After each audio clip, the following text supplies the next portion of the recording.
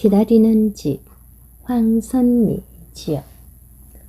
황선미 지역. 충남 홍성에서 태어난 황선미는 사실적이면서도 섬세한 심리 묘사와 마음을 어루만지는 이야기로 수많은 독자들의 사랑을 받고 있는 한국의 대표 작가다. 삶의 본질적 문제를 문학적으로 형상화하는 데 탁월한 솜씨를 보여온 작가는 동화와 소설을 넘나들며 시대를 초월해 어른과 아이 모두가 공감하며 읽을 수 있는 작품을 써왔다. 마당을 나온 암탉을 비롯해 나쁜 어린이표는 동화로는 최초로 국내 밀리언셀러를 기록했다. 마당을 나온 암탉은 국내에서 애니메이션으로도 제작되어 놀라운 흥행 기록을 세웠으며 한국 작품으로는 처음으로 미국 펭귄 출판사에서 출간되었고 그 즉시 영국 대형 서점 베스트셀러 1위를 기록했다. 2012년 국제 안데르센 상 후보에 올랐으며 2014년 런던 국제 도서전 오늘의 작가로 선정되었다. 대표적인 작품으로는 뒤뜰에 골칫거리가 산다, 주문에 걸린 마을, 어느 날 구두에게 생긴 일, 마법 같던 선물이야, 일곱 빛깔 독도 이야기 등이 있다. 이철원 그림.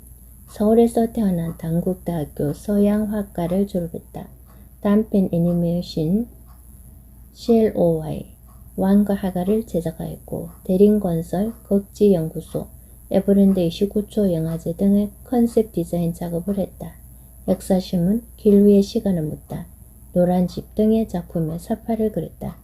현재는 조선일보 미술팀에서 일하고 있다. 나는 아직도 집으로 돌아가는 상상을 합니다. 거기에는 나를 잘 알고 너저도 기다려주는 사람들이 살지요. 살구나무가 있고 감나무가 실한 뜰에서 아버지는 망치질을 하고 어머니는 생선을 다듬었습니다. 부실한 것을 두드려 야무지게 고치는 아버지의 손이 철없는 딸들을 아끼래 징검도를 놓아주었고 가난이 무서워 늘 손이 젖었던 어머니의 하루하루가 아들의 걸음마다 아픈 꽃잎들을 뿌려뜨렸지요. 나무 대문에 겸손하게 매달린 초인종을 누르고 아직 40대 혹은 50대 초반의 내 어머니와 아버지가 마중 나오는 모습을 그려봅니다. 나를 기다려주는 집이 있다는 게 얼마나 든든한 뒷배인지 깨닫는데 시간이 너무 오래 걸렸습니다. 작가의 말 중에서. 작가의 말. 우리는 가끔 똑똑똑 우리의 가장 안쪽을 두드려 봐야 합니다. 괜찮은 거지? 거기 있는 거 맞지? 잊지 않았지? 잘 가고 있지? 신호등 바뀌는 내거리 한복판에서 문득 어디로 가야 할지 알 수 없을 때 나는 분명히 나인데 도무지 나 같지 않아서 울고 싶을 때 한 번쯤은 되는 대로 찌끄리며 투정 부리고 싶어도 참고 참아야 할 때가 너무 많았습니다. 마치 도시 한복판에 구부정하니 서서 묵묵히 망치질하는 어떤 조형물처럼. 그러나 폐허에서 재건을 꿈꾸는 듯한 그것과 나의 본질은 동일하기 어려울 겁니다. 나는 아직도 실수를 하고 마음을 잘 다치고 여전히 외롭고 이루지 못한 꿈 때문에 밤에 뒤척이곤 합니다. 그럴 때마다 간절하게 누가 좀 곁에 있으면 좋겠습니다. 돌아가서 기댈 어른이 그리워요. 어린애처럼 숨어들어 안심할 수 있는 오래전 그 방으로 가고 싶어요. 그러나 어린 시절 안전하던 방은 사라졌고 방들을 껴안고 버티던 집도 이제는 타인의 것이 되었습니다. 나에게 남은 것이라곤 볕 한 줌 같은 기억과 흐릿해져가는 스냅 사진 속의 지붕 낮은 집. 나는 아직도 집으로 돌아가는 상상을 합니다. 거기에는 나를 잘 알고 너저도 기다려주는 사람들이 살지요. 살구나무가 있고 감나무가 실한 뜰에서 아버지는 망치질하고 어머니는 생선을 다듬었습니다. 부실한 것을 두드려 야무지게 고치는 아버지의 손이 철없는 딸들의 앞길에 징검도를 놓아주었고 가난이 무서워 늘 손이 젖었던 어머니의 하루하루가 아들의 그림마다 아픈 꽃잎들을 뿌려뜨렸지요. 나무 대문에 겸손하게 매달린 초인종을 누르고 아직 40대 혹은 50대 초반의 내 어머니와 아버지가 마중 나오는 모습을 그려봅니다. 나를 기다려주는 집이 있다는 게 얼마나 든든한 뒷배인지 깨닫는데 시간이 너무 오래 걸렸습니다. 이제는 나도 제법 괜찮은 집을 하나 키웠으나 가장 그리운 이는 올 수 없으니 이렇듯 자주 가슴이 시릴 수밖에요. 어머니를 만나러 16년 만에 기양한 아들이 있더군요. 95세 어머니는 기억자로 몸이 굽었고 50대 후반의 아들은 백발의 반신불수가 되었습니다. 눈물도 말도 아끼며 거저 아픈 데를 만져주고 밥을 나누어 먹고 가장 따뜻한 잠자리에 드는 모자. 어찌나 그들은 서로에게 버텨야 하는 이유였는지 모르겠습니다. 결코 만만치 않았던 세상살이가 고스란히 남은 몸으로도 아들이 어머니에게 약속하더군요. 반드시 다시 일어나겠노라고. 다시 어린애가 되어 힘을 내게 만들어주는 어머니가 그에게는 아직 있었습니다. 기다려주고 쉬게 하는 집이 있어서 얼마나 다행인지요. 혹시 주변이 텅 비어 쓸쓸하거든 내 손으로 내 어깨를 토닥여주세요. 괜찮을 거야. 힘내. 새잎들의 봄에 황선미. 모퉁이 그늘. 온종일 비가 내립니다. 모처럼 내리는 비는 먼지 낀 도시를 닦아주고 가로수를 싱싱하게 만들었어요. 거리가 산뜻하게 달라지고 상접 앞 식물들 역시 파랗하니 살아났지요. 단비는 작은 골목까지 골고루 적시며 집으로 가는 길을 더 분명하게 했어요. 골목은 텅 비었지만 다른 날보다 일찍 불 켜진 집들은 유난히 아늑해 보였습니다. 창문에 비튼 기다려줘야 할 사람을 위해 따정하게 손을 내밀고 있는 것 같았고요. 그러나 비 때문에 더욱 초라해진 곳도 있었어요. 그 어느 곳보다 먼저 젖어들고 어둠이 스며 버리는 곳, 온갖 잡동사니로 뒤덮여 넝마 같은 집, 도대체 언제부터 쌓이게 됐는지 알 수 없는 나무 판자와 종이 상자들이 등겨 벽을 가리고 플라스틱이며 병들이 켜꺼이 쌓인 집은 얼핏 보면 쓰레기들며 같았습니다. 타이어가 얹힌 지붕에서는 천막이 바람에 풀썩이고 누군가 몰래 갖다 버린 오물에서는 냄새가 풍겼지요. 여기가 쓰레기 더미가 아니라고 알려주는 건 지붕보다 높게 자란 감나무뿐이었습니다. 버드네길 50-7분지. 보이지 않지만 이 집에도 주소가 있습니다. 봄마다 새 이파리를 태우고 가을에 붉어지는 열매를 덩처럼 매달고 있는 감나무집. 마치 누구를 하염없이 기다리던 홍시는 찬소리가 내릴 때까지 빨갛게 매달려 있곤 했어요. 그러나 홍시가 떨어지면 그저 동네의 모퉁이의 쓰레기 더미, 쓰레기를 몰래 갖다 버린 사람들까지도 감나무집을 지날 때면 눈살을 찌푸렸어요. 코를 싸지고 지나가는 사람도 있었지요. 9층에서는 도대체 왜 길방치한데? 엄연히 주인이 있는 집이라 함부로 처리할 수 없다는 거지. 저 속에는 지가 덕실덕실 할 거야. 에이, 고양이랑 고양이는 죄다 들락거리고. 모퉁이를 지날 때마다 사람들은 투덜거렸어요. 그래요. 감나무집은 동네를 부끄럽게 만드는 곳이었어요. 모퉁이에 드리워진 더러운 그늘이었지요. 맞은편 작은 놀이터마저 텅 비게 만드는. 어젯밤에 문제 아들이 저쪽에서 한바탕 하고 갔다지. 아무튼 저기가 문제야. 이젠 저런 불황자까지. 떡집에서 나온 아주머니들이 구시렁거리며 집으로 갔어요. 떡집 영감은 밖으로 나와 길 모퉁이 감나무집을 바라보았어요. 한눈에도 불량해 보이는 남자가 감나무집 앞에 서 있습니다. 낯선 남자예요. 더럽고 너저분한 게 문제였을 뿐 저기서 아직 위험한 일은 없었습니다. 영감은 못마땅했어요. 오갈 데 없는 사람들이 꼬이기 시작하면 꼴찌 아픈 일이 생겼게 뻔해요. 어쩌자고 기웃거리는 거야. 영감, 괜히 나서지 마슈. 저러다 가겠지. 고개를 삐쭉 내민 할머니가 걱정스레 말했어요. 저 사감 할매만 살아있었어도 저런 흉가는 안 되었을걸. 할매 살아있었으면 돼있지. 멀쩡한 집을 저렇게 만든 게 바로 그 할매요. 가족들 떠나니까 혹시라도 굶고 얼어 죽을까봐 온갖 거 다 끌어들였으나 남의 얘기하고 함부로 하지 마소. 아무리 궁해도 남한테 손 벌린 적 없는 양반이었는데 떡국 한 그릇도 그냥 못 받은 거 잊었어? 그렇게 고고했어야 뭐 결국은 집안 꼴이 저 모양인걸. 사람 사는 게 다 같을 수야 있나. 아들이 원양어선 타고 며느리는 자식 유학시키느라 외국 가서 그런걸. 그 소문을 믿으슈? 하긴 외국서 자기들끼리 모여 살지도 모르지. 사는 재미가 얼마나 좋으면 여태 한 번도 안 왔을까. 제 언니가 혼자 세상 떠나도록 무슨 사정이 있겠지. 할머니는 혀를 차고 영감은 한숨을 쉬었어요. 두 노인은 오랫동안 여기 살면서 동네가 변해가는 걸 지켜본 사람들이에요. 이 동네에서 변하지 않은 건 방앗간과 감나무집 뿐이라고 할 수 있어요. 방앗간이야 떡을 만들어 팔면서라도 버티고 있지만 감나무집은 다릅니다.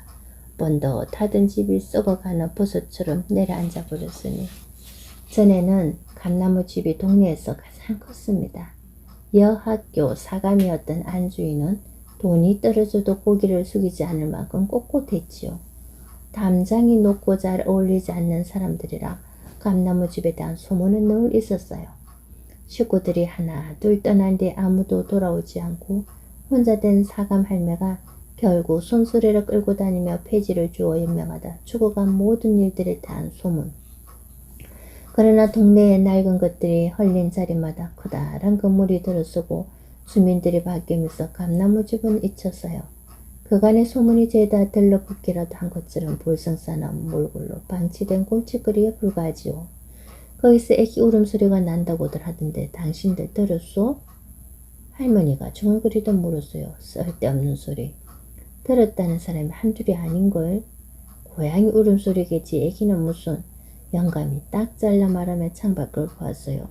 어느덧 밖은 어둑해져 있었습니다. 소리 없이 안개비가 흩날리고 두 노인은 가게를 정리하고 내일 장사도 준비하느라 바빴어요.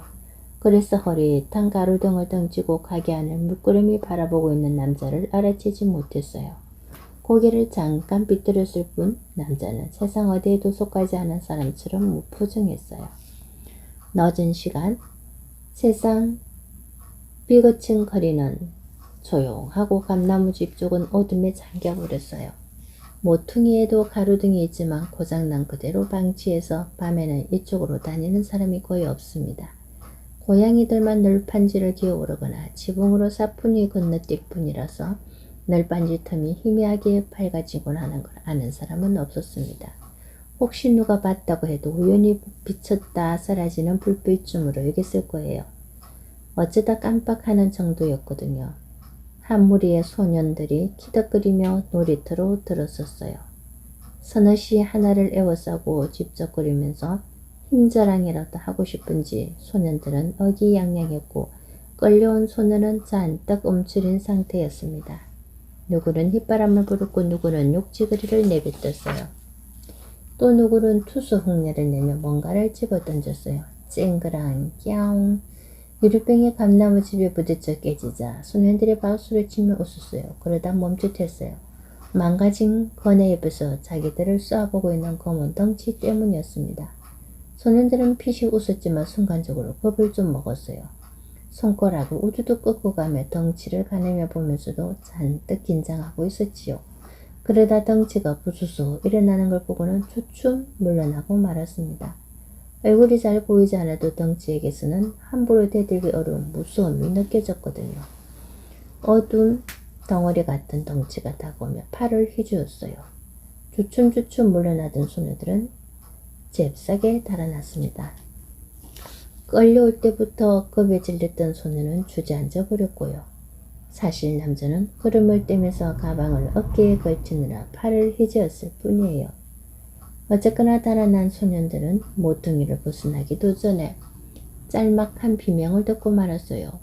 호기심에 되돌아왔다고 해도 미처 달아나지 못한 소년이 덩치에게 얼굴을 붙잡혀 있는 것만 보았겠지요. 한참 뒤에 소년은 놀이터를 떠났어요. 서두리는 기색 없이 다만 뒤를 한번 돌아보고 거기에는 어둠과 잘 구분되지 않는 덩치가 우두커니 서 있었습니다. 빈집의 아이들. 이른 아침 아직 상점들이 문을 열기도 전이었어요. 감나무집에 널판지 하나가 벌어지며 여자애가 나왔습니다. 온갖 잡동사니에 둘러싸여 도무지 문처럼 보이지 않는 곳이 열린 거예요. 마르고 깨짓지한 여자애, 게다가 맨발에 오름이 터질 것 같은 얼굴이었어요. 간밤에 깨진 유리병 조개들이 널려 있었지만 아이는 그것을 살필 겨를이 없어 보였습니다. 아이는 이를 앙다문 채 뛰어갔어요. 발자국마다 점점이 피자국을 남기며 멀찍이서 그것을 본 사람은 낯선 남자뿐이었어요. 놀이터에서 웅크린 채 밤을 보낸 남자. 그는 사실 덩치가 그리 크지도 않고 불황자 행색도 아니었어요. 가방이 크고 간밤에 노숙한 것은 맞지만 아무튼 그는 자기가 본 곳이 믿어지지 않는지 눈을 끔뻑이며 여자애가 사라진 쪽을 보고 널판지 문을 떨어지라 바라보았어요. 아이가 급히 나가느라 문은 꼭 닫히지 않은 상태였어요. 그런데도 지나가는 사람은 그것을 눈여겨보지 않았어요. 버려져 있던 말던 그 길을 문으로 본 사람은 없었습니다. 무질서하게 쌓여있는 잡동사니와 별 다르지 않았으니 남자는 주위를 2번 돌아보며 망설이더니 놀이터를 나와 널판지 문 앞으로 다가갔어요. 그러나 곧 물러나서 모퉁이를 돌아 사라졌습니다. 잠시 뒤에 경찰이 오토바이를 타고 나타났어요. 경찰은 감나무집 주변을 휘 돌아보았고 여기저기 살피고 두들기려다가 겨우 널판지 문을 찾아 열어젖혔습니다. 기억자로 몸을 굽혀야 했지만 경찰은 안으로 들어갔다 나왔어요. 그리고 이내 오토바이를 타고 돌아갔습니다. 경찰차가 구청 직원을 태우고 다시 온 것은 꽤나 시간이 지난 뒤였어요. 차에는 맨발로 뛰어나간 여자애도 있었는데 아이가 내리려고 하자 경찰이 막았어요. 넌 그대로 있어. 여자애는 겁먹은 채 내리려던 발을 멈추대고 차 문이 닫혔어요. 아이의 두 발에 붕대가 감겨 있었습니다. 아이는 창문에 뼈쩍 얼굴을 붙이고 널판지 문에서 눈을 떼지 못했어요. 몸집이 좋은 구청 직원은 널판지 문을 비주고 들어가며 연겁 아이고 했고 밖으로 나올 때 그 소리에는 한숨마저 섞여 있었지요. 구청 직원의 두 손에는 2산이나 됐을까 싶은 여자애가 축 늘어진 채 달려 있었습니다. 그것을 본 여자애가 울음을 터뜨렸어요. 무슨 일인가 싶어 기웃거리던 사람들은 눈이 희둥그레졌어요. 세상에, 저 속에 어린애가 있었단 말이야? 그것도 둘씩이나? 얘 울음소리가 난다더니 헛소리가 아니었구먼. 새벽에 여자애가 뛰어가는 걸 내가 봤지. 맨발이었어. 무료급식소에 2번 왔던 애 같던데. 사람들이 다투어 목소리를 높였어요. 여자애가 새벽부터 맨발로 뛰어다니며 상점문을 두드리다 경찰서로 간 것까지 사람들은 알지 못했어요. 아이는 경찰서에 와서도 문이 열려있는 곳이 여기뿐이었다고 하지 않았습니다. 그저 겁에 질려 울면서 내 동생이 죽을 것 같아요 했을 뿐이에요. 그러고 보니 며칠 전 어떤 여자가 놀이터에 서성거리던 게 생각나네. 애들을 데리고 어드버지들이 있더라고. 벼락맞을. 결국 애들을 빈집에 버리고 갔구먼. 아이고, 먹을 것도 물도 없었을 텐데. 몹시 안타까워하면서도 사람들은 뭐가 더 없나 싶은 표정을 감추지 못했어요. 동정 어린 말투로 경찰에게 뭘 물은 사람도 있었지만 호기심을 채울 수는 없었어요. 빨리 병원으로. 구청 직원이 타자마자 경찰차가 떠났습니다. 사람들은 거저 혀를 차며 수군거릴 뿐이었어요. 궁금증을 해결하지 못한 몇 사람은 허리를 잔뜩 구부리고서도 라도 안에 들어가 봤고 고개를 저으며 나왔어요. 그리고 하나같이 울분을 터뜨렸어요. 어떻게 애들이 저런 곳에 더 있어봐야 구경할 게 없으니까 사람들은 하나 둘 감나무집을 떠났습니다. 늘 그랬던 감나무집은 동네 모퉁이에 쓰레기 더미로 남았어요. 맑게 비에 씻긴 어린 감나무 잎사귀가 그 어느 날보다 반짝이었을 뿐. 낯선 남자는 그제야 다시 나타났습니다. 감나무집을 멍하니 바라보는 남자 얼굴에 햇살이 들었어요. 아픈 데가 건드려지기라도 한데 찡그리던 남자는 갑자기 켜켜이 쌓여있던 것들을 마구 흩뜨리기 시작했어요. 그러다가 허물어지듯 주저앉아 버렸습니다. 그러나 꾹 담은 입술이며 깊은 눈초리는 그대로였습니다. 꼭 그렇게 만들어진 사람처럼 쓰레기집 앞에 주저앉은 남자는 또 하나의 쓰레기처럼 보였어요. 어쩌다 지나가는 사람들은 그를 힐끗거리며 멀찍이 떨어져 지나갔지요. 생각에 빠진 것인지 생각이 빠져나가 머리가 텅 비었는지 남자는 온종일 멍하니 앉아 거기를 떠나지 않았어요. 한 무리의 소년들이 찔고 까불며 모퉁이를 돌다 멈칫했어요. 구부정한 자세로 고개를 떨구고 있는 남자를 본 거예요. 놀이터에서 장난 좀 치려고 일부러 온 참이었으나 소년들은 누가 뭔지랄 것도 없이 그 앞을 지나쳐 버렸습니다. 한참 뒤에 혼자서 오던 소년도 엄청 놀라며 멈추었어요. 그러나 소년은 멀찍이 서서 남자를 바라보았고 몇 걸음 가던 남자를 다시 돌아보았어요. 어젯밤에 남자에게 어깨를 붙잡히던 소년입니다. 얼마 지나지 않아 경찰차가 도착했어요. 남자는 움직이지 않았어요. 경찰관 둘이 남자를 양쪽에서 잡아 일으켰어요. 서까지 좀 갑시다. 수상한 사람 때문에 불안하다는 신고가 들어왔어요. 남자는 순순히 팔을 잡힌 채 경찰차에 탔어요. 잠시 당황한 기색이었지만 입을 꾹 다문 채 굳은 표정은 크게 달라지지 않았습니다. 할 이야기라도 있는 것처럼 지붕 귀퉁이에 천막이 푸드득 덜썩였어요.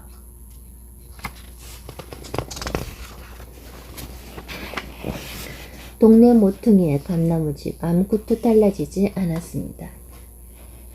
제법 소란스러웠건만 어떤 흔적도 남지 않았고 아무도 남지 않았어요. 아니 꼭 그런 건 아니에요. 놀이터에 소년이 남아있었지요. 소년은 경찰차가 사라지는 걸 바라보다 망가진 시소에 앉았어요. 그리고 길게 누워서 하늘을 바라보았습니다. 먼 데서 온 사람. 사람들은 50-7번지에 무슨 일이 벌어지는지 알 수 없었습니다. 몹시 궁금하기는 했지요. 이른 아침부터 인부들이 왔으나 감나무집을 켜켜이 둘러싸고 있던 잡동사니들을 치우기 시작했거든요. 얼마나 많은 것들을 얼마나 오래 쌓아두었는지 잡동사니들은 치워도 끝이 없었어요. 별의별게 다 나왔지요. 감나무집을 둘러싸고 있던 온갖 소문들처럼 그럴 수밖에요. 한 집안의 사람들이 자라고 넓고 병들어 세상을 떠난 시간만큼 쌓인 것들인걸요. 그 참 다행이군. 드디어 철거할 모양이야. 돈 많은 작자가 사들을 따지 그것도 아주 홀값에 주인이 외국에 있다더니 시세를 전혀 몰랐나봐. 이럴 때 보면 자네는 모르는 게 없어. 그 소리는 또 누가 지어냈대? 에헤이 사들이건 애들이 저기서 죽을 뻔했잖아. 그 일로 구청에서 나선 거야. 저기를 그냥 놔둬서는 안 된다고 우리가 누차 민원을 넣지 않았나. 불쌍한 애들 덕분에 그게 받아들여진 셈이지. 감나무집은 다시 소문의 중심이 되었어요. 문제 아들이 가끔 말썽을 일으켜내도 큰 사건일 게 없을 만큼 조용한 동네였거든요. 자기 일이 바쁘고 사느라 힘들어서 이웃간에도 그다지 대화가 없던 사람들에게 감나무집에서 벌어진 사건은 말 걸기에 좋은 구실이 되었습니다. 호기심을 참지 못하는 사람들은 놀이터에 엉덩이를 붙이고 앉아 지켜보거나 괜스레 인부들 쪽으로 가서 기웃거렸어요. 그러나 멀쩡무도 묻어오는 대답은 없었어요. 우악스레 끄집어낸 쓰레기를 트럭에 던지듯 인부는 고작 이렇게 말했을 뿐이에요. 걸리적거리지 말고 비꺼요. 괜히 다치지 말고. 트럭이 몇 차례나 들락거렸어요. 사람들은 오물덩어리가 치워지는 것처럼 후련해졌지만 떡집 영감의 마음은 좀 달랐습니다. 잡동사니 속에서 오래전 것들이 차츰 드러나는 게 마치 추억이 되살아나는 것 같았으니까요. 우리 큰애가 저 담장에 낙서했다가 혼쭐이 났지. 허허, 저 집 아들이 보통 얘기가 아니었어. 자기 성에 안참에 냅다 주먹질부터 했으니. 얻어 터진 게 분해서 담장에 낙서했다가 끝내 코피까지 터졌던 아들은 이제 어엿한 어른이 되었습니다. 감나무집 아들을 이겨본 적은 없지만 이길 필요가 없는 상대도 있다는 걸 스스로 깨달아서 얼마나 다행인지요. 이제 낙서 같은 건 찾아볼 수도 없어요. 도다하던 담장은 볼품없이 주저앉았고 파란 대문은 녹이 썰다 못해 녹아내렸고 지붕, 창문, 벽 어디 하나 온전한 데가 없습니다. 그러나 그대로 그저 고마워요. 없어진 게 아니잖아요. 모든 게 너무 빨리 변해버리고 오래된 것은 참아내지 못하는 세상에 아직 고스란히 남은 곳, 여기서 나고 자란 사람들의 과거를 증명이라도 하듯 용케 버텨준 곳. 빈집에서 세월을 먹으며 굵어진 감나무의 밑동을 볼 때는 가슴이 뻐근해지기까지 했답니다. 영감은 망설이다 조심스레 물었어요. 혹시 저 감나무도 없애버릴 거요? 아니요, 걱정 마세요. 영감은 고개를 끄덕이며 돌아섰어요. 그리고 뒷짐을 진 채 주변을 하나하나 눈여겨보며 떡집으로 갔어요. 인부의 그 짧은 대답이 얼마나 다행스럽던지 감나무 때문이 아니라 늙은 체면 우스워지는 게 순식간이라 통박이나 듣던 동네 늙은이들 앞에서 터줏대감 대우라도 받으냐 가슴이 다 펴집니다. 더구나 감나무를 그냥 둔다잖아요. 사실 영감은 여태 감나무를 걱정해 본 적은 없습니다. 혹시 베르다 싶어 무심코 물었을 뿐인데 대답을 듣고 보니 왠지 감나무가 꼭 거기에 있어야 할 중요한 것처럼 느껴집니다. 아무렴 멀쩡한 나무를 베는 건 옳지 않아요. 영감, 정말 저 집도 헐리는 거요? 허물고였으면 쓰레기랑 같이 퍼냈겠지. 저런 거 굴삭이로 퍼내면 순식간이야. 사람들이 일일이 치우지 않는다고. 그럼 저대로 고친다고? 그렇게 오래 방치됐는데 온전한 데가 있을까? 어련히 알아서들 할까. 요즘은 기술이 워낙 좋아서 원형을 유지하면서도 아주 신식으로 고쳐내잖아. 그런 걸 집주인 허락 없이도 하나? 집주인? 영감은 일순을 멈추고 나와 보았어요. 쓰레기가 말끔히 치워지고 있는 감나무집. 그런데 깨끗하기는 그는 왠지 허전해 보입니다. 안타깝게 부둥켜 안고 있던 걸 다 빼앗기고 앙상한 몸뚱이가 드러난 늙은이 같아요. 누군가를 기다리며 쓸쓸하게 홀로 늙어버린 늙은이. 몹쓸 것. 목구멍을 꽉 메우는 걸 삼키며 영감은 한숨 쉬었어요. 저 집에서 늙어가며 사감 할매는 아들을 기다렸겠지요. 그런 건 누가 말하지 않아도 알 수 있는 거예요. 배를 탄다고 떠났던 아들. 사실은 잘 모르겠어요. 그 소리를 어디서 주워 들었는지 모르겠는데 언젠가부터 영감은 그렇게 믿게 되었어요. 자식 공부 때문에 외국 갔다는 며느리 이야기도 마찬가지예요. 체격이든 머리든 저 집 사람들이 남다르기는 했지요. 아무튼 사감 할매는 세상을 떠났고 저 집만 남았습니다. 진작 처분했다면 여전히 꿋꿋하게 살 수 있었을 거예요. 기다림을 끝낼 수 없어서 그랬는지도 모르지요. 감나무를 저토록 푸르게 남겨놓은 것을 보면 쓰레기가 다 치워지고 며칠이 지나도록 감나무집은 그대로였어요. 고장난 가로등도 그대로, 소리 없이 드나드는 고양이들도 그대로, 가끔 사람들이 지나다녔고 밤에는 문제 아들이 놀이터를 점령하곤 했어요. 어제는 가병을 맨 여자애가 감나무집 앞에 서 있다가 돌아갔습니다. 거기서 구출되어 동생이랑 어떤 시설에 맡겨졌다더니 학교에 다시 다니는 모양이에요.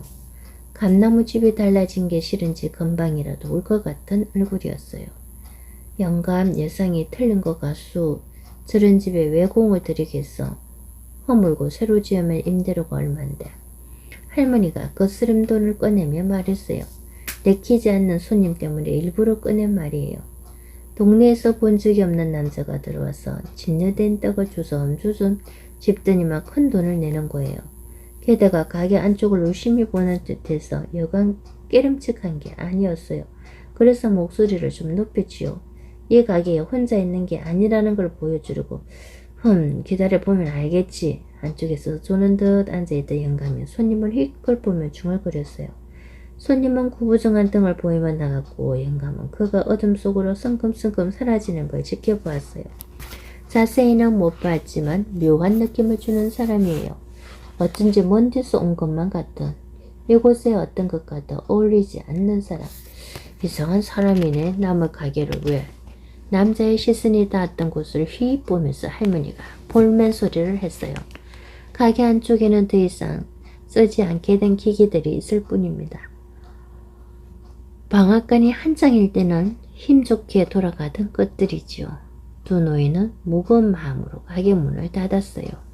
여느 때보다 더 꼼꼼하게 문단속을 하고도 마음이 놓이지 않았지요. 남자가 사라진 쪽을 유난히 어둡게 느껴지는 밤이었습니다.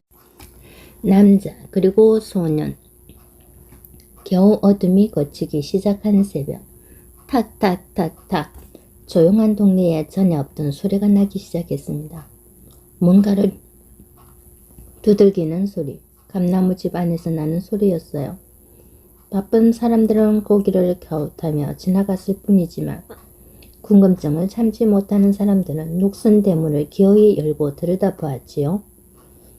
아이고야, 언제 이렇게 자재를 들여놓았지? 사람들은 내친김에 슬그머니 들어와 기웃거렸어요.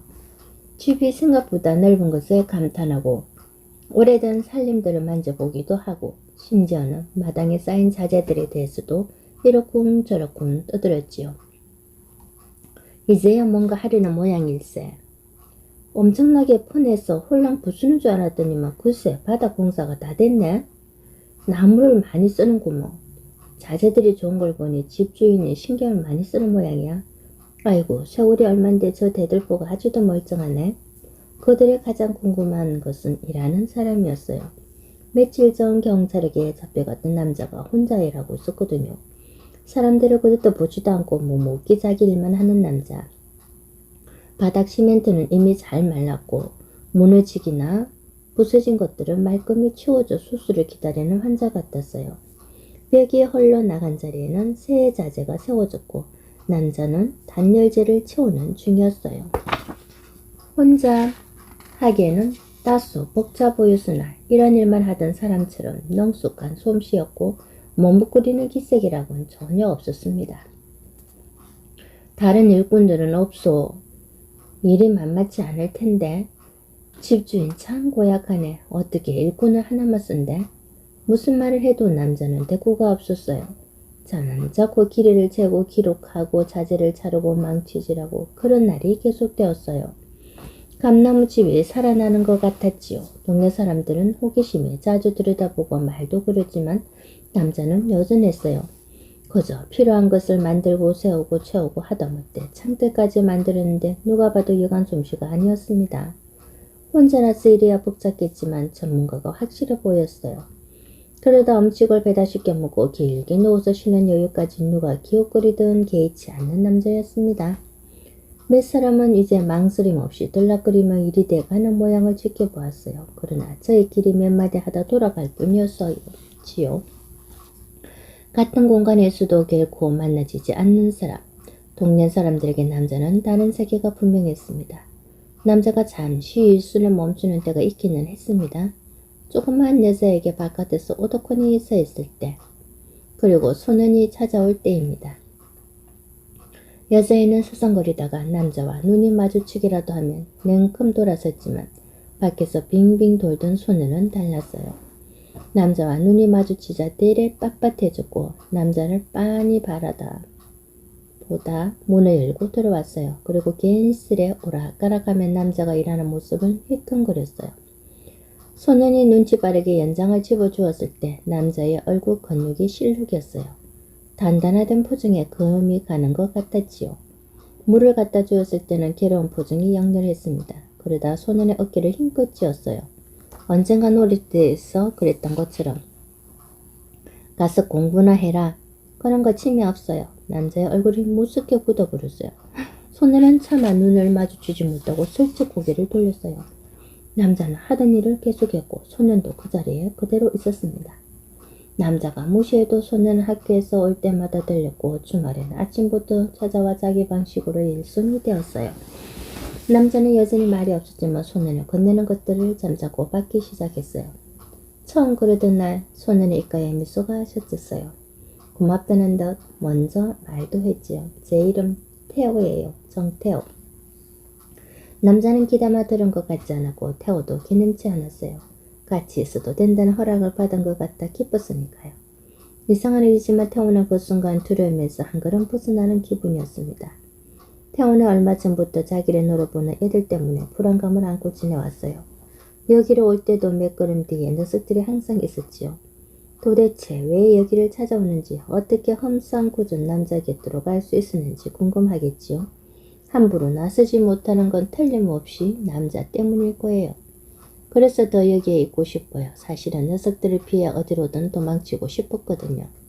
너무나 오랫동안 태호에게는 누군가가 필요했습니다. 힘이 되어줄 누군가. 사실 어깨를 붙잡히던 그날 밤부터 사정이 달라졌다고 할 수 있어요. 주중뱅이에게 붙잡힌 줄 알고 발부둥쳤는데 우악스러운 소나기가 어깨를 놔주지 않았지요. 게다가 끔찍한 소리까지 들어야 했습니다. 널 죽일 것 같지? 그래서 죽을 거냐? 그게 전부였어요. 태호는 그때 아무 대답을 못했어요. 그러나 무슨 대답이 필요한지는 누구보다 잘 알았습니다. 두려움 뒤에 용기가 숨어 있다는 생각도 하게 되었습니다. 두려움과 용기. 그날 그 두 가지를 한꺼번에 경험했거든요. 남자가 음식점에 음식 두 그릇을 주문했던 날 태호가 또 먼지 입을 뗐어요. 고맙다는 말 대신 꼭 하고 싶었던 말을 꺼낸 거예요. 집 짓는 일이라면 할 수 있을 것 같아요. 혼잣말 같은 소리를 하고 나서 태호 얼굴이 기미까지 빨개졌어요. 누구한테도 꺼내지 않았던 말이라서. 아버지도 건축 기사였어요. 이제 나랑은 상관없지만 남자가 태호를 휘껏 보았어요. 다른 내 아버지가 됐거든요. 남자가 한마디 툭 던졌어요. 많이 먹어라. 차라리 서로에 대해 아무것도 모르면 더 편할 때가 있지요. 공연한 고백을 한 것처럼 태호는 불편하고 손해보는 기분마저 들었어요. 그래서 일하는 내내 뿌리퉁했지요. 망치에 손가락을 찧었을 때는 참을 수 없이 하가 치밀어 흘렀어요. 아픈 것보다 아무 대꾸도 없는 남자 때문에 속이 상했던 거예요. 화를 눌러 참으면서 태호는 내내 궁금하던 걸 물었어요. 난 태호라고요. 정태호. 아저씨는 누구예요? 말 좀 해줘요. 어디서 왔어요? 뜨거운 주전자가 김을 뿜어내듯 씩씩대고 있는 태호를 남자는 그저도 보지도 않았어요. 태호는 물병을 오그러뜨리며 벽에 기대앉았고 남자는 툭탁 망치질만 했습니다. 그렇게 지내게 되었습니다. 엉덩이를 털고 가방을 짊어질 때 태호는 부끄러운 생각이 들었어요. 그렇게 하늘 처지가 아니라는 걸 깨닫고 나니 얼굴이 뜨거웠어요. 이러다 내일 못 오면 어쩌나 걱정스러운데 남자가 말했습니다. 난 아무도 아니다. 그냥 세상 끝에서 왔지. 세상 끝에서? 무뚝뚝하고 메마른 말투. 태호는 남자를 잠시 바라보았어요. 대답을 들었지만 알게 된 것이라고는 없어요. 어쩐지 너무 가엾다는 생각만 들었습니다. 아버지보다 더 나이를 먹은 사람인데 불쑥 안아주고 싶어졌을 만큼 태호는 서둘러 나와버렸어요. 이런 감정이 든 것은 정말이지 처음이었어요. 놀이터에 소년들이 놀고 있었어요. 태호를 본 소년들은 잠시 멈칫했을 뿐 시비를 걸어오지 않았습니다. 소년들의 장난이 계속됐지만 매가리가 없는 게 온 신경이 태호에게 쏠린 듯 했어요. 그러는 까닭은 또 있었어요. 놀이터에 신경 쓰이는 상대가 있었거든요. 신고식도 없이 발들인 주제에 이쪽을 신경도 안 쓰는 녀석. 건방진 게 눈에 가시 같아도 어쩐지 함부로 건드려서는 안 될 것 같은 녀석 때문에 소년들은 뒷다리 사이에 꼬투를 감춘 강아지처럼 어물쩍해져 있었던 거예요. 태우의 시선도 자기를 괴롭히던 녀석들보다 낯선 소년에게 쏠렸어요. 바짝 깎인 머리, 모자로 가릴 수도 뒤통수에 길게 난 흉터가 보이는 낯선 소년. 소년이라기에는 성숙하고 청년이라기에는 앳된 소년이 그네 기둥에 기대앉아 돌멩이를 집어던지고 있었습니다.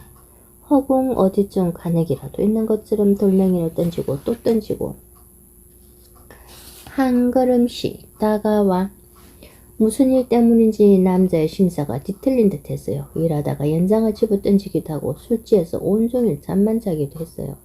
태호 할머니가 음식을 해가지고 찾아왔을 때는 부록 화를 냈지요. 다들 상관 말라고 너도 올 필요 없다. 위아래도 모르는 작자라고 욕은 했지만 태호 할머니는 음식을 두고 갔습니다. 손자를 바로잡아줄 사람이라고 생각했거든요. 부모 없이 자라는 것도 안타까운데 친구들에게 시달림까지 당하는 손자였습니다. 할머니는 도와줄 방법이 없었지요. 그러던 손자가 감나무집에서 일을 하며 달라졌어요. 어떻게든 감사를 해야지요. 날 좀 그냥 내버려둬. 이건 내 일이야. 애벌레처럼 웅크리고 잠든 남자가 웅얼거렸어요. 저렇게 널브러져서 하루를 다 보낸 거예요. 전기공사를 하러 온 사람이 그냥 돌아가지 않은 건 태호 덕분이었어요. 저녁이 되자 참으로 오랜만에 감나무 집에도 환하게 불이 켜졌습니다. 남자가 깨어나면 좋아하기를 바라며 태호는 감나무 집을 나왔어요. 집으로 가는 골목길에 들었는데 쨍그랑 유리창 깨지는 소리. 태호는 걸음을 멈췄어요. 틀림없이 감나무 집이에요. 쨍그랑 쨍그랑 연거 푹 분 유리가 깨지고 있습니다. 새로 짠 창틀에서 유리가 박살나고 있어요. 괴롭힐 애가 없어서 심심한 녀석들이 감나무집 유리창을 털어내기로 작정한 모양입니다. 그러고도 남을 녀석들이지요. 밤에는 거인의 힘이라도 가진 줄 착각하는 멍청이들이니까요. 쨍그랑 넉자 마지막 유리까지 깨져버렸어요. 녀석들이 미쳤나봐요. 불까지 켜진 집의 유리창을 모조리 깨부수다니 태호는 되돌아 떼었어요. 무슨 일인가 하고 상점 여기저기서 사람들도 나왔어요. 벌써 도망쳤는지 놀이터에는 문제 아들의 그림자도 남지 않았어요. 여태 골마 털어져 있는지 남자는 밖을 내다보지도 않았고요.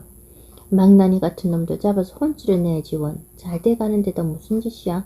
아무튼 바람 잘 나는 없는 집이네.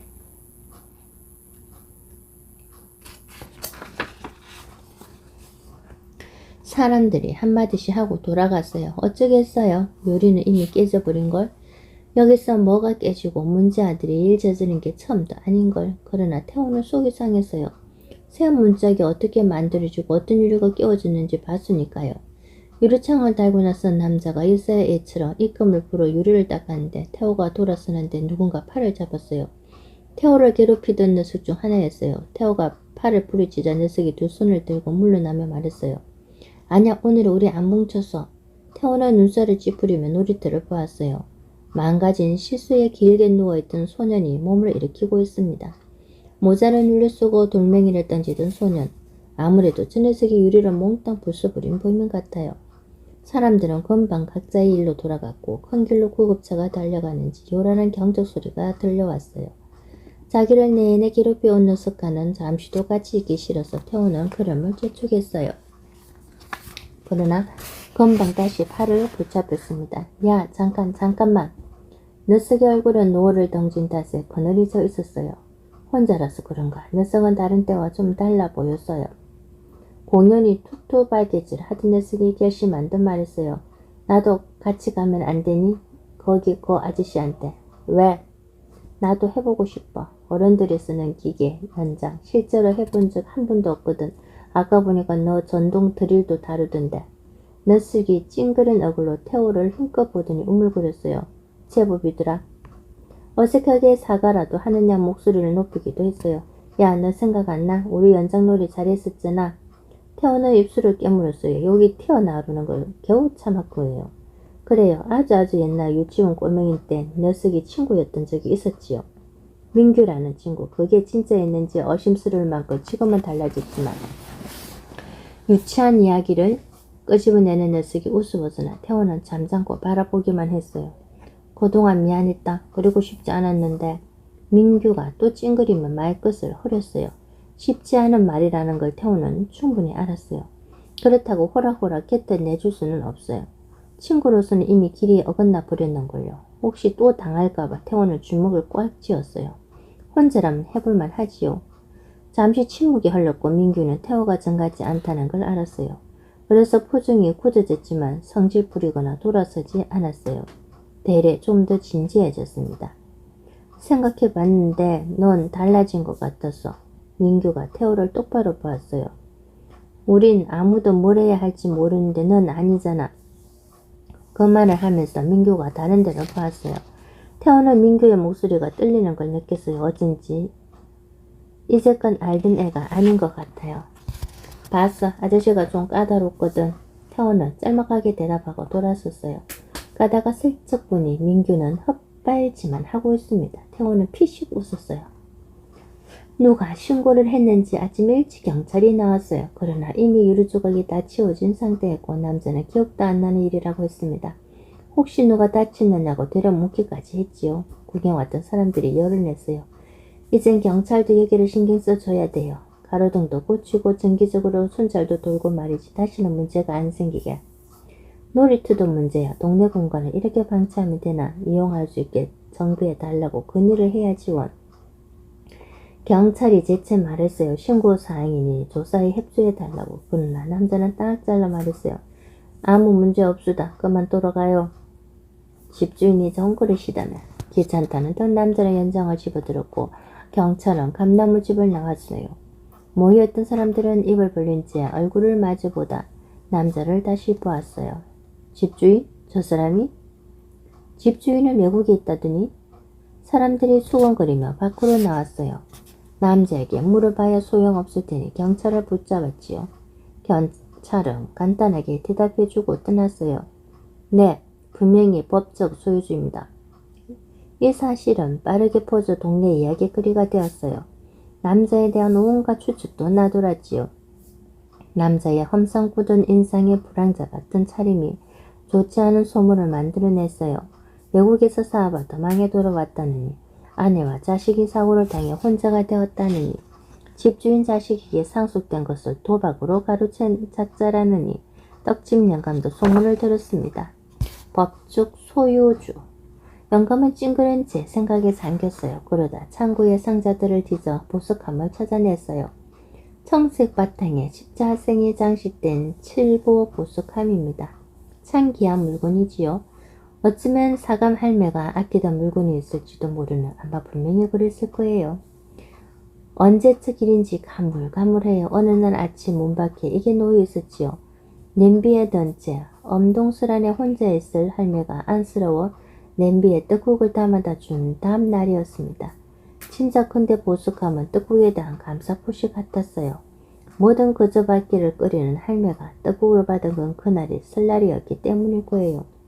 명절이라고 찾아온 친척들만 아니었으면 보숙함을 돌려주러 그때 당장 찾아갔을 텐데, 그랬으면 사감 할매가 추위 속에서 고독하게 세상 떠나는 걸 막을 수 있었을 텐데. 영감은 법적 소유주의 얼굴을 보고 싶었어요. 이제는 얼굴도 생각 안 나는 그 아이. 아들과 동갑이니 중년이 됐을 테고 얼굴도 달라졌겠지요. 그래도 그 애가 맞는다면 어렸을 적 모습이 조금이라도 남아있을지 모릅니다. 아무리 늙어도 사람에게는 그 사람일 수밖에 없는 무엇이 남아있기 마련이지요. 꼭 만나야 할 이유 같은 건 없습니다. 왠지 사감 할매에게 빚을 진 듯한 탓이랄까. 영감은 보석함을 들고 감나무 집으로 갔어요. 그의 이름이 명길이었지. 이명길. 머리가 참 좋은 애였어요. 여러 속에서 단연 돋보길 만큼 몸집도 좋았지요. 그러나 사는 건 순조롭지 않은 듯 했어요. 키 동량으로 들은 소리에다 얼굴 마주칠 일도 없었지만 동네 일이라는 건 다 그렇게 안 한 거지요. 어쨌거나 떠돌이처럼 집에 붙어있지 못하는 데다 나쁜 소문에 휩싸인 적도 많고 재산을 탕진한 것도 모자라 제 가족도 건사하지 못한 건 분명했습니다.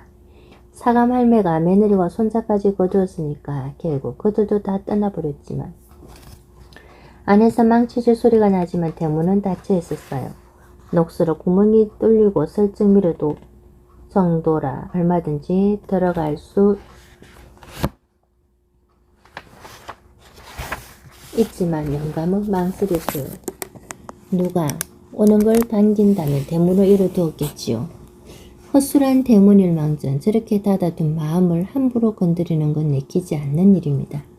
저 안에 있는 남자가 명길이가 맞는다면 더더구나 어렸을 때부터 명길이는 쉬운 사람이 아니었는걸요. 돌아서는데 놀이터 그네에 기대있는 소년이 눈에 띄었어요. 한눈에도 불량해 보입니다. 영감은 소년이 얼굴도 안 보이게 모자를 눌러쓴 모양이나 거리를 비해한 듯한 행색이 거슬렸습니다. 그러나 선뜻 나서기가 좀 그런 데다 놀이터 앞에 쭈그리고 앉아있는 여자애도 신경이 쓰였어요. 학교에서 바로 왔는지 여자애는 아직 가방을 메고 있었습니다. 며칠 전에도 여기서 우독하니 서 있는 걸 본 적이 있어요. 얘야, 거기서 뭐하니? 여자애가 눈치를 보며 슬그머니 일어났어요. 꼭 다문 입술이 쉽게 열릴 것 같지 않아요. 그건 이미 알고 있는 일이에요. 동네 사람들이 여러 번 말을 시켰지만 속 시원하게 들은 소리가 없었지요. 복지시설에서 지낸다고? 여자애는 고개만 살짝 끄덕였어요. 떡이라도 몇 개 들고 올 걸 하고 영감은 생각했어요. 이렇게 어린애들이 쓰레기 더미 속에서 지내는 줄도 몰랐던 게 내내 마음에 심처럼 남아있어요. 살 만큼 살아서 어른 소리를 듣고 터줏대감이라 불릴 만큼 이 동네를 잘 안다고 믿었구만. 동생은 어떠냐? 여기는 왜 자꾸만 와? 아이가 무서워하지 않도록 영감은 몸을 낮추고 부드럽게 물었어요. 갑자기 여자의 입술이 실룩했어요. 안 그럴게요. 여자애가 후두둑 달아났습니다. 영감은 당황했어요. 그럴 마음이 아니었는데 결국 아이를 쫓아버리고 말았습니다. 영감은 자기도 모르게 그네의 기대에 있는 소년을 보았어요. 확실하지 않으나 영감은 소년이 피식 웃는 걸 본 것만 같았어요. 버릇 없는 태도가 마음에 걸렸으나 어떻게 하겠어요? 요즘 애들에게 어른의 따끔한 한마디라는 게 아무짝에도 쓸모없다는 걸 아는 마당에 영감이 울근불근하는 동안 소년은 휘죽휘죽 놀이터를 떠났어요. 돌아오는 내내 영감은 속에서 불이 났습니다. 사감 할매와 맹길이 때문에 속이 상하고 여자애 때문에 괴롭고 버르장머리 없는 어린 놈 때문에 사는 게 다 쓸데없이 느껴졌습니다. 한밤중 불이 났습니다. 감나무집에 폐허에서 아수라장이 따로 없어요.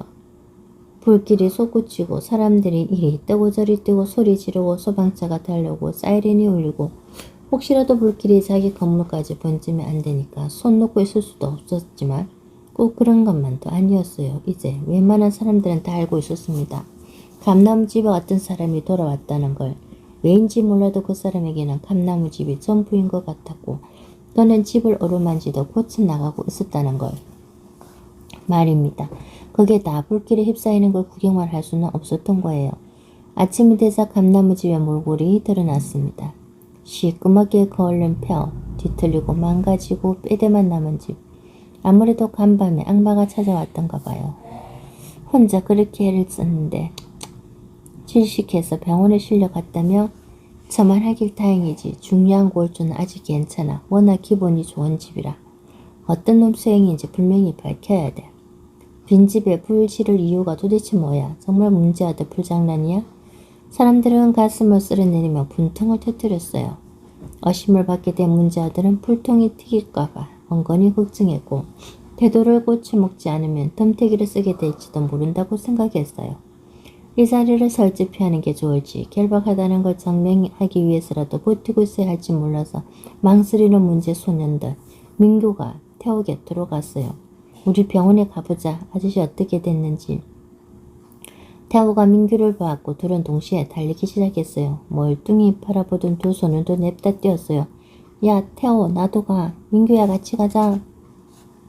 영감은 착잡한 심정으로 폐하를 바라보았어요. 겨이 감나무집이 이렇게 끝장나는가 싶어 깊은 한숨이 나왔어요. 집 애들만이라도 남은 걸 다행이라 생각하면서도 속이 쓰라립니다. 이나마도 사람들이 애를 쓴 덕분이지요. 감나무도 좀 거울린 정도입니다. 조망만한 푸른 감들이 용케 매달려 있는 게 신기할 따름이에요. 큰 걱정은 안에서 질식한 남자예요. 그게 누구라도 가슴을 쓸어내릴 일이고 얼마나 다치는지 들여다봐야 합니다. 명색이 터줏대감인데 뒷짐지고 물러나서는 안 되지요. 그렇지만 병원이 가까워질수록 가슴이 답답해집니다. 혹시라도 그가 명길이면 어쩌나 싶어서 버드네키 50-7번지 화재 현장에서 실려온 사람. 더듬거리는 영감의 말을 다 듣지 않고도 안내센터 직원은 응급실을 가리켰어요. 영감은 응급실로 가다가 멈칫했어요. 복도에 서성거리던 소년과 눈이 마주치기 때문이에요. 모자를 눌러 쓰고 있었지만 영감은 두려움과 슬픔에 젖은 소녀의 눈을 보았습니다. 분명히 모르는 애인데 그 얼굴이 영 낯설지가 않아요. 이 애를 도대체 언제 어디서 봤을까 싶어 고개를 갸웃하는 순간 소년이 영감을 지나쳐 달아나 버렸습니다. 영감은 자기도 모르게 숨을 훅 들이마셨어요. 불냄새, 섬뜩한 기분이 들었습니다. 응급실 문 앞에는 태호와 친구들이 서성거리고 있었어요. 아무나 들어가는 곳이 아니었던 거예요. 그건 영감도 마찬가지였습니다. 상황이 몹시 궁금해서 응급실로 들어가는 의사를 붙잡았더니 엉뚱한 소리만 했습니다. 가족이십니까? 영감이 애매하게 고개를 젓다가 다시 끄덕이자 의사가 환자는 아직 의식불명이라고 말해 주었어요. 그리고 수술하게 될 경우 수술 동영상에 서명을 해야 된다고 덧붙였지요. 그건 좀 부담스러운 소리였어요. 본의 아니게 가족이라고 해버렸으나 영감은 솔직히 찜찜했어요. 이게 보통 일인가요? 생명이 달린 일이잖아요. 아내가 있었다면 분명히 또 쓸데없이 나섰다고 잔소리했겠지만 영감은 신음처럼 중얼거렸어요. 아들 친구면 아들이지. 태호가 걱정스레 물었어요. 할아버지, 저 아저씨가 아들 친구 맞아요? 영감은 태호와 손흔들어 물끄러미 보았어요. 감나무집 남자와 이 애들이 무슨 상관인지 모르겠습니다. 이 애들이 사소한 문제를 번번이 일으키는 문자인들인 줄 영감도 잘 알고 있었지요. 그런 애들이 여기로 달려오다니 이들이 불장난으로 의심하는 사람도 있는데 잘못 짚은 모양입니다. 의심스러운 자가 있다면 아까 그 소는 영감은 한가비 뛰어나간 그 애가 아무래도 수상쩍었어요. 틀림없이 불냄새를 풍겼지요. 그러나 그 애가 방화범이란 왜 여기 왔을까요? 도망치기도 바빴을 텐데. 아들 친구면 제 아저씨 잘 아시겠네요. 걸치다 저 사람이 이명길이라면. 그럼 맞네요. 이명길 아저씨 신분증 본 적 있어요. 영감은 심장이 무겁게 내려앉는 걸 느꼈어요. 등뼈가 우두둑 무너지는 것 같다. 고개를 숙이며 영감은 태호의 손을 꾹 쥐었습니다. 뒤에선 손흔들은 거저 묵묵히 지켜보았어요. 뭔가 중요한 일이 있는 것 같은데 제대로 알지 못해 소외감을 느끼며 너희는 여기 무슨 일로? 아저씨가 걱정됐어요. 태호의 목소리가 떨렸어요. 태호가 아저씨랑 친해요. 학교 끝나면 곧바로 가서 도와줬거든요. 네, 이리 봐도 얘가 일 좀 해요. 손흔들이 입을 모아 말했어요. 그런 애의 친구라는 게 대단한 일이라도 되느냐 눈을 반짝이며. 이렇게 보니 문제 아들도 별 수 없는 어린 애들일 뿐입니다. 이런 눈빛을 가진 애들이 망나니처럼 굴 때는 아마도 그만한 이유가 있겠지요. 그러냐. 영감은 태호를 봤어요. 가게 앞으로 지나다니는 걸 봤고 동네 아이라는 것도 압니다. 별 관심이 없었을 뿐 사실은 풀랑한 애 같아서 거들떠 보지도 않았어요. 요즘 문제 아들은 눈 마주치기도 불편하니까 그런 애가 명길이를 돕다니. 명길이가 이런 애와 뭘 했다는 것도 그렇고 어렸을 때를 미루어보나 감나무집을 드나드는 동네 사람들이 구스름대는 걸 보나 만만치가 않은 사람인데. 너는 태호, 너는 이름이 뭐냐? 영감이 묻자 민규가 당황했어요. 태호의 얘기를 꺼낼 때와 다르게 얼굴이 빨개지기까지 했어요. 민규, 최민규. 영감은 다른 손해를 보았어요. 거의시 겹는 찍어 하며 말했어요. 김훈이라고. 다른 손은 알아서 제 이름을 알려주었어요. 김수호입니다. 라고. 하나같이 수줍어하는 기색이에요. 싹수가 노란 애들인 줄 알았는데 이런 구석이 있다니. 아무리 봐도 덩치만 큰 어린 애들이에요. 뭘 얼마나 안다고 함부로 판단했는지. 늙으면 지혜로워져야 하는데 고집과 편견만 나오는 것 같아서 영감은 한숨을 속으로 삼켰어요. 그렇구나. 나는 떡집 주인이다. 그거 모르는 사람이 없어요. 흥이 나는 애가 대답했어요. 영감은 손녀들을 하나하나 보고 응급실을 다시 보았어요. 아직 어시도 없는 사감 할매의 아들 동네 어른 누구와도 말을 트지 않았던 사람. 영감 자신도 그를 제대로 본 적이 없습니다. 그런 그가 이 문제 아들에게 뭘 어떻게 했는지 모르겠어요. 야, 아까 건너서 수상하지 않아? 민규의 말에 손님들이 눈빛을 주고받았어요. 맞아. 끊어서 뭔가 저지를 줄 알았어. 우리가 찾아내자. 말릴 새도 없이 손님들이 복도로 후다닥 뛰어나갔어요. 손님들의 짐작이 맞았어요. 모자를 눌러쓴 소년이 방화범으로 붙잡혔습니다. 손님들은 눈에 불을 켜고 사방을 뒤지면서 정작 감나무집은 빠뜨렸어요. 설마 범인이 거기에 있을 거라고는 생각도 못했거든요. 손은은 경찰에게 붙잡혔어요. 어이없게도 손짓 한 번으로 출입금지 줄을 넘어가지 뭐라도 찾느냐 잿더미를 뒤지기야 경찰이 손짓으로 불렀답니다. 누가 들어갔더라도 그러는 게 당연하니까요. 거기서 당장 나와. 손은은 잠자코 경찰에게 다가와 자기가 불을 질렀다고 순수히 불었대요. 마치 그런 순간이 오기를 기다리기라도 한 듯. 의외로 사건이 순조롭게 정리되는 것 같았어요. 그러나 손은은 경찰서에 와서는 질식한 사람이 어떤 상태인지부터 물었고 어시 불맹이라는 말을 듣더니 갑자기 울음을 터뜨렸다고 합니다. 소리 지르며 멍청하게 왜 가만히 있어 빨리 나왔어야지. 폐허였어. 여름부터 가을까지 감나무집은 폐허로 방치되었습니다. 태호는 놀이터에 와서 물구름을 바라볼 뿐이었고 가끔 여자애가 찾아왔지요. 둘은 한 번도 이야기를 나눈 적 없지만 누구인지는 알고 있었어요. 사람들은 여자애가 오독하니 서 있다가 눈물 훔치며 가는 걸 보았다고 말하곤 했습니다. 집이 없어질까봐 불안한 모양이야. 혹시 중요한 걸 남겨뒀었나?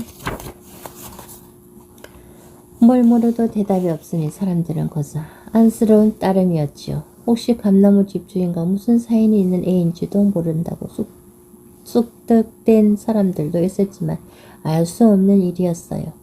폐허가 된 집에서도 감은 영걸어갔고 몹시 안쓰러운 모양이었으나 그 어느 때보다 동네 사람들이 시선을 끌었어요. 한쪽이 걸린 채로도 수문장처럼 굳건한 것이 꼭 무슨 깃발 같다고나 할까.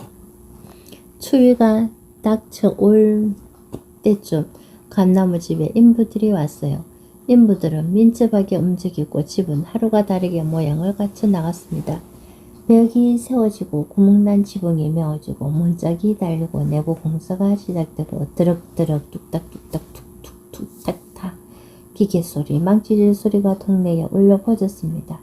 인부들은 숙소까지 잡아두고 이른 아침부터 저녁에까지 공사에 매달렸어요. 덕분에 집은 하루가 다르게 꼴을 갖춰 나갔지요. 사람들은 거저 잠자코 지켜보았어요. 섣부르게 혀를 놀리지 않기로 약속이라도 한 듯. 머지않아 집주인이 돌아오려나 보다 짐작하며 웬일로 목욕탕집 여사장이 떡집을 찾아와 지나가는 말처럼 문을 떼기는 했어요. 저렇게 일을 서두르는 거 보니 집주인 상태가 어지간해진 모양이네요. 글쎄요, 아무도 안 만나려고 해서 의사가 많이 후순됐다고는 하던데 그 철없는 망나니가 사람 잡을 뻔했죠. 어쨌든 동네 숫덩이가 때를 벗는 것 같다. 속이 다 후련해요. 여사장이 호탕하게 웃으며 주섬주섬 떡을 집었어요. 그것도 한 숟그릇씩이나. 목욕탕 카운트에서 돈이나 쓸 줄 알았던 여자가 감나무집에 관심을 보인 건 떡밖이었어요. 떡을 산 이유는 더더구나 일꾼들 말이 요때가 제일 허기진다네요. 하필 그 중에 아는 사람이 있더라고요. 이거 뭐 얼마나 된다고. 나도 배고픔이 뭔지 아는데. 두 노인의 얼굴을 마주보며 목욕탕 여사장을 따라 나갔어요. 그 사이 여사장은 67걸음이나 멀어져 있었습니다. 정말로 감나무집으로 가고 있어요. 날듯이 가는 걸음이 아주 기분이 좋아 보입니다. 영감은 일을 하면서도 영 신경이 쓰여 나와보곤 했어요. 여사장은 뿌듯한 얼굴로 걸어오당 중국집 사장을 만났고 둘은 언제 그렇게 친했나 싶게 이야기를 주고받았어요. 모처럼 선심을 베풀었으니 누구에게도 말하고 싶었겠지요. 그래도 될 만한 일이기도 하고요. 그걸 짐작하는 영감 마음이 요상하게 꼬였지만 큰 망난이 나서 새삼스레 품질의 녀석이 떠올랐어요. 녀석이 어떤 벌을 받게 됐는지 영감은 자세히 알지 못합니다. 명길에 타는 설에도 불구하고 방아에 대한 벌을 면하기 어려울 거라는 소문은 들었지요. 그는 녀석에게 타는 설하니 나이를 먹더니 명길이 좀 많이 달라졌나 봅니다. 일꾼을 썼으라도 집을 다시 세우려는 게 거창한 거지요. 그렇게 오래 자신 노릇을 못하더니만 어디서 뭘 하느라 이제 돌아왔는지 몰라도 남의 손 빌리지 않고 혼자 애쓰던 걸 생각하면 사감 할매를 빼닮은 아들이에요. 머지않아 퇴원할 거라면 곧 닥쳐올 추위가 걱정스럽기는 했겠지요. 참 나이를 어디로 먹고 이런다. 고작 이따위 생각으로 속이 끓이는 게 영감은 언짢았습니다. 마음을 다스리라고 무던히도 애를 썼건만 불쾌한 심정은 나아지지 않았어요. 마땅히 자기 몫이어야 할 것을 남에게 뺏긴 것 같던 심정이라니 누가 인정해 주든 말든 여기에 터줏대감이고 싶은 영감입니다. 밤에는 잠도 오지 않았고 일손도 잡히지 않은 영감은 감나무집으로 갔어요. 인부들이 막 짜장면을 먹고 일어나던 중이었어요. 영감보다 먼저 중국집에서 선심을 쓴 짜장면이 왔던 거예요. 목욕탕 여사장 때문에 생긴 일입니다. 이 집이 특별한 모양이네요. 동네 사람들이 이러는 걸 보며 고개를 가우뚱하면서도 인부들 얼굴에 웃음이 번졌어요. 허흠. 영감은 뒷짐을 지고 집을 휘 둘러보았어요. 늙은 체면이나마 지키려면 점잖기라도 해야 합니다. 이제 와서 먹을 것으로 난 체하기도 우습고 모르는 척하마 이전에 부끄러운 기분이 드는 거 어쩔 수가 없어요. 집은 한결 번듯해졌고 전기시설도 다 끝난 것 같아요. 여럿이 착착 만들어내는 배나를 구경하느라 사람들은 늘 걸음을 멈추곤 했지요. 그 중에는 태호도 있었습니다. 사실 태호는 하루도 그러지 않고 와서 집에 달라지는 걸 지켜보았어요. 마음이 자꾸 당기는 걸 어쩔 수가 없었거든요.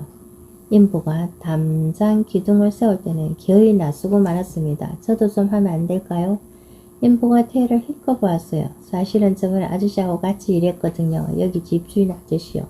아저씨는 담장을 낮게 칠 생각이셨어요. 너처럼 어린애가 무슨, 이건 어른들이랴. 우린 이런 봉사활동 해도 되는데요. 이게 봉사활동이냐? 태호는 머리를 끄적이며 뒤를 보았어요. 노르트에 있던 친구들이 다봅니다. 친구라기에는 아직 뭐하지만 그나마 관계가 나아진 이유를 태호는 잘 알고 있습니다. 그게 아니라도 태호는 여기에서 뭔가 하고 싶어요. 뭐라도 하나쯤은 아저씨를 위해서 아스라 동티날라. 태호는 실망했으나 물러나지 않았어요. 영감은 인부가 손쓰리치는 거 당연하다는 걸 알면서도 태호가 안쓰러웠어요. 그래서 되도록 공손하게 나섰습니다. 하게 해주시지요. 모두의 시선이 영감에게 쏠렸어요. 영감은 좀 당황했어요. 그러나 기왕에 나와버린 말이에요. 톱질이나 망치질 정도일 텐데 한 장 때 애들한테야 좋은 경험이고. 태호를 보면서 영감은 자기는 모르게 고개를 끄덕였어요. 빙긋 웃음이 도는 얼굴을 보니 영감 기분도 좋아집니다. 담장 세우는 걸 맡기면 어떠시오? 그럼 나라도 거들지. 너희들은 어떠냐? 원래 담장이라는 게 절반은 공동의 것이잖아. 동네 일 돕는 셈이지 암 동네 일이고 말고. 소년들이 피식 웃었어요. 어디까지나 동조하는 반응이었지요. 일이 돼가는 분위기였으나 사실 영감은 속이 좀 불편했어요. 어쩌다가 주워 담을 수도 없겠네 스르르 떨었나 싶었지요. 막에 빠진 채 엎어지 물병처럼 굴다니.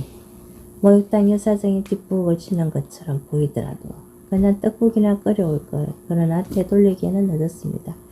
그거 참, 아무도 이 동네는 참 이상해. 인부들이 웃었어요.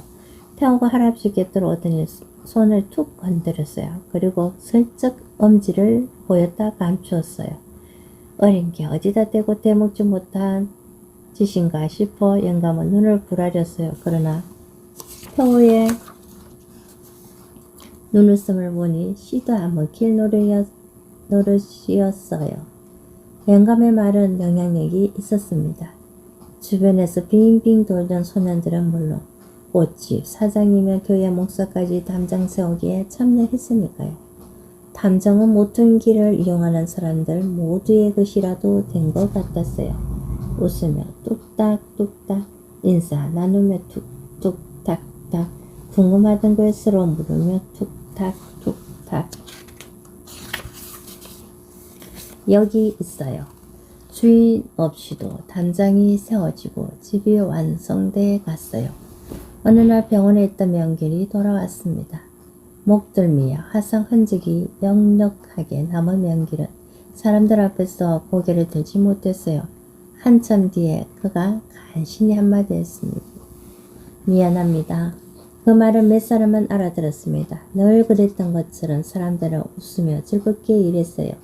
심각한 일 같은 건 빨리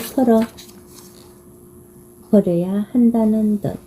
영감에게 이 동네는 그리 만만한 삼터가 아니었습니다. 더 좋은 곳으로 갈 수 있었다면 오래전에 떠났을지도 모르지요. 다르게 사는 방법은 몰랐고 자식들 키우느라 아등바등 하다 보니 여기 북하기가 됐습니다. 그동안 다른 집 사정 같은 건 굳이 알려보지도 않았어요. 웬만한 건 소문으로 다 들리고 그게 사실이든 아니든 중요하지 않았으니까요. 그런데 요 며칠 동안은 영감에게 아주 특별했어요. 같은 자리에서 아주 다른 세상을 경험하는 듯한 이 기분. 그저 놀라울 이유가 무엇인지 꼭 집을 수가 없어요. 담장에 나지막한 대문이 달리던 날 영감은 다시 칠보보석함을 꺼냈어요. 그리고 맨길을 찾아갔습니다. 이걸 돌려주고 싶었네. 자네 어머니 물건인데 기억하나?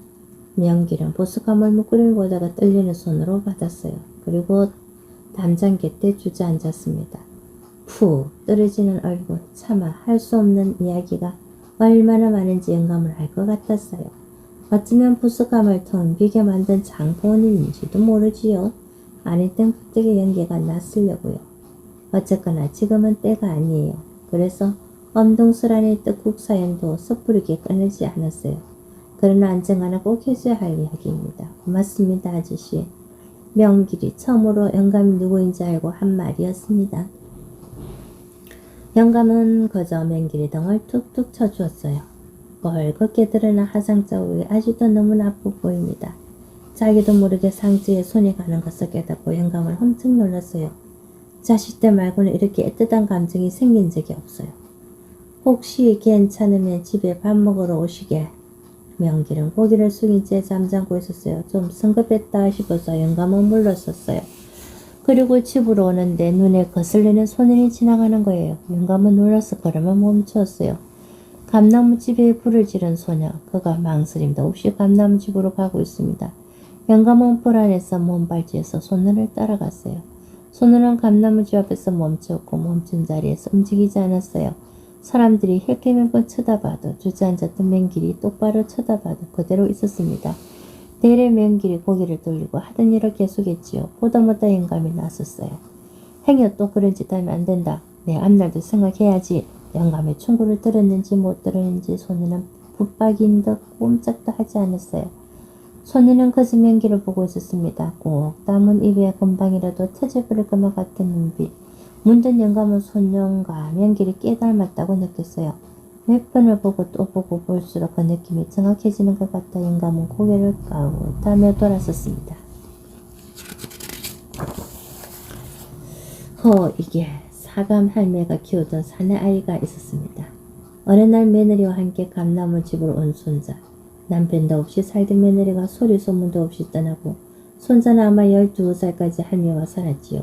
그 뒤로는 어쩐 일인지 보이지 않았어요. 며느리가 외국으로 데려갔다는 말이 좀 돌았지만 믿는 사람은 많지 않았어요. 제 아버지처럼 문제를 일으키던 녀석이었거든요. 문제가 생기면 동네 사람들의 해를 차면서도 아이를 가해보했지요. 저런 집에서 어린 것이 온전하면 그게 더 이상하다고. 이튿날 영감은 눈을 뜨자마자 감나무 집으로 달려갔습니다. 그런데 뜻밖에도 대문 앞에 여자애가 서 있었어요. 학교 가기 전에 들린 것 같았어요. 언제 달았는지 대문에는 문패가 달려 있었습니다. 이재성, 재성, 그래요. 그 손자 이름이 재성이었지요. 몇 년을 여기 살았던 아이인데 어쩌면 그렇게 까마득히 잊을 수 있었는지. 도시가 되면서 무사람이 들고 나는 동네가 됐다고 해도 평생을 살아온 터줏대감이 아닌가. 여자애도 그것을 보고 있었습니다. 여전히 슬픈 얼굴로. 영감이 온 것을 알고 여자애가 또 피하려고 했어요. 아가 도망가지 마라. 왜 이길 오는지 알고 싶어서 그래. 뭘 잃어버렸니? 여자애가 고개를 숙이며 저었어요. 그러더니 가방에서 뭔가를 꺼냈어요. 몇 번 접어서 손때가 묻은 종이입니다. 영감이 여자의 손에서 종이를 살그머니 뺐어요. 여자애는 조금 긴장한 채로 영감이 종이 펴는 걸 지켜보았어요. 엄마, 정아랑 수아는 종달새 집에 있어요. 전화번호 땡땡땡땡땡땡땡. 영감은 비로소 알았습니다. 여자애가 왜 자꾸 오는지, 저와 동생이 어디 있는지 알려줄 곳이 여기뿐이었겠지요. 엄마와 헤어진 곳이 바로 여기라서. 이거 여기 백에다 붙여주면 안 돼요? 여자애가 기어드는 소리로 물었어요. 영감은 아무 말도 못했습니다. 뭔가 해줄 것처럼 낯섰건만 도무지 뭘 어떻게 해야 할지. 내가 주인 아저씨한테 물어보마. 여자애가 꾹꾹 인사를 하더니 초종히 걸어갔어요. 까딱 한 번 돌아보더니 손을 흔듭니다. 분명히 저 애는 또 올 거예요. 문패 옆에 나란히 걸어둬야 할 것만 같던 쪽지. 이걸 맹길에게 어떻게 말해야 할지 걱정하며 영감은 대문을 조용히 열고 들어갔어요. 베란가 뭘 집어 던지는 소리가 났습니다. 영감은 깜짝 놀라 다가갔어요. 무슨 일이 또 생기는 건 막아야 하니까요. 잠시 뒤 명길의 낮은 소리가 들려왔어요. 나는 자격이 없다. 애비도 아냐. 너 출사하기 전에 끝내고 갈 생각이었는데. 이럴 거면 면회 신청 같은 거 왜 했는데 제기를. 그것도 꼭 생일마다 거기 처음 들어갔을 때 나 몇 살이었는 줄이나 알아. 겨우 14살. 소년이 목이 타져라 비명을 질렀습니다. 이까지 집이면 다예요. 식구도 없는 집이 무슨 집이야. 소년이 또 악을 썼어요. 또다시 우당타. 문이 벌컥 열리고 명길이 나왔어요. 영감은 명길이를 뚫어지라 보았어요. 그 거미간 유리처럼 깊은 주름으로 일그러진 명기를 보며 영감은 입술을 깨물었습니다. 먼 길 떠날 것처럼 가방을 맨 모습, 처음 여기로 왔을 때 바로 그 모습이에요. 곧이어 소는 아니 재승이가 따라 나왔어요. 재승이는 영감을 보고도 개의치 않았어요. 오로지 아버지만 볼 뿐. 가지 마요. 마치 명령처럼 재승이가 말했어요. 꽤 오래 침묵이 흘렀습니다. 바람 한 줄기가 감나무 잎사귀를 불안하게 흔들고 지나갔어요. 여기 있어요. 나랑 집에는 아버지가 있어야 되잖아. 그건 부탁이었습니다. 아직 덜 자란 아들이 떨리는 목소리. 명길이 허물을 지더 주저앉았습니다. 영감은 자기도 모르게 명길을 받아 안았어요. 그 몸은 뜨거운 덩어리였어요. 가슴에 쌓아둔 게 너무 많아서 풀리지 못한 엉어리가 요동어져서 그렇다는 걸 영감은 알 것 같았습니다. 폭탄 같은 이 덩어리를 어떻게 해야 할지 모르겠지만 영감은 맹기를 놓지 않았어요. 거저 토닥토닥 등을 두드려 줄 뿐. 이 사람아, 집 놔두고 어딜 가려고. 명길이 몸에서 힘이 빠지는 걸 느끼며 영감은 비로소 고개를 들었어요. 언제 물들었는지 감이 불고져 있었습니다.